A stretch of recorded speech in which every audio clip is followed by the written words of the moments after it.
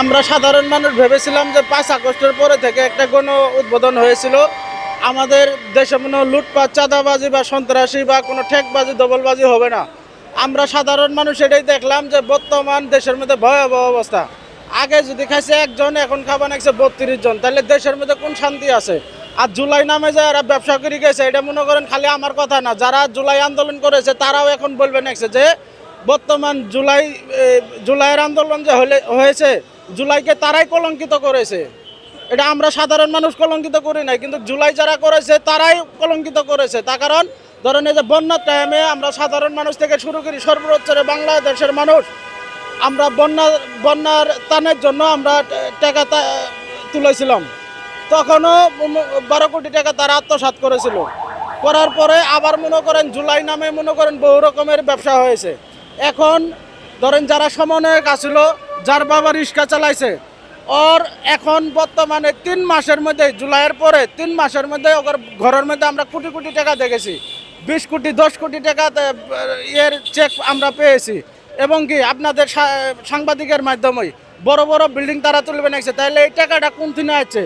তারপরে জুলাইয়ের পরে দেখেন এই যে হাসনাত থেকে শুরু করি, সার্জিস থেকে শুরু করি, তারা যে একটা নতুন দল করলো, তারা মানিক এভিনিউ 400 কোটি টাকা দিয়ে তারা দিনে সমাবেশ করে। তাহলে এই টাকাটা কোথায় পেলো? তারা যদি দুর্নীতি যদি না করে, তারা যদি ঠেকবাজি, ডবলবাজি, চাঁদাবাজি যদি না করতো, তাহলে এই টাকাটা কোথায় থেকে আসে? আমাদের সাধারণ মানুষের প্রশ্ন হলো এই জায়গা।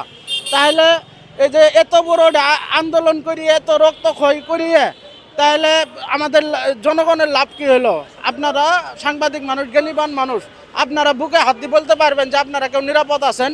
আপনারা যদি একটা সত্য খবর যদি প্রকাশ করেন, আপনাদের বাড়ি ঘর থেকে শুরু করে অফিস আদালত সব কিছু জ্বালায় দেবেন একসে, ঠ্যাং ঠুং বাড়ে ভাঙবেন একসে, গুলি করবেন একসে, তাহলে মানুষের কোন নিরাপত্তা আছে?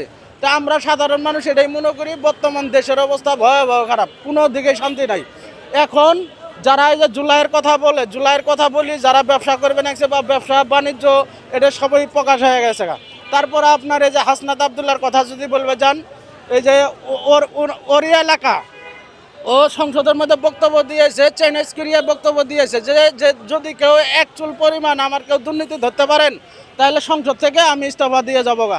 আজকে আমরা এই যে কালের কণ্ঠ আমরা দেখলাম যে মসজিদের ফাউন্ডেশন থেকে 18 লাখ নাকি কত জানি টাকা আসছে, তারা শুধু 3 লাখ টাকা মসজিদের ফান্ডে দিয়েছে। এই টাকাটা আত্মসাৎ করে খাইয়া ফেলালো। তাহলে ভালো কেরা আমাকে বুঝান তো, যে ভালো কেরা? মসজিদের টাকা যদি মনে করেন এরা আত্মসাৎ করিয়া মনে করেন জুলাইয়ের নাম বেশি খা, তাহলে এই দেশের মধ্যে ভালো রাজনীতি কারা আছে? আজকে মনে করেন আমরা খালি স্বৈরাচার খালি দোষ দিবেন একসি দিয়ে আমরা এই রাষ্ট্র ধ্বংস করবেন একসি, এই বাংলাদেশের মানুষকে আমরা ফকির বানাবো নাকছি, এই বাংলাদেশের মানুষকে আমরা পথের ভিখারি বানাবো নাকছি। আমরা সাধারণ মানুষ এটাই দেখলাম। আজকে মনে করেন যেখানেই যাবেন সেখানেই লুটপাট, রাজধানী, চুরি, ছিনতাই, ডাকাতি ছাড়া আপনি কোনো কিছুই দেখবেন না।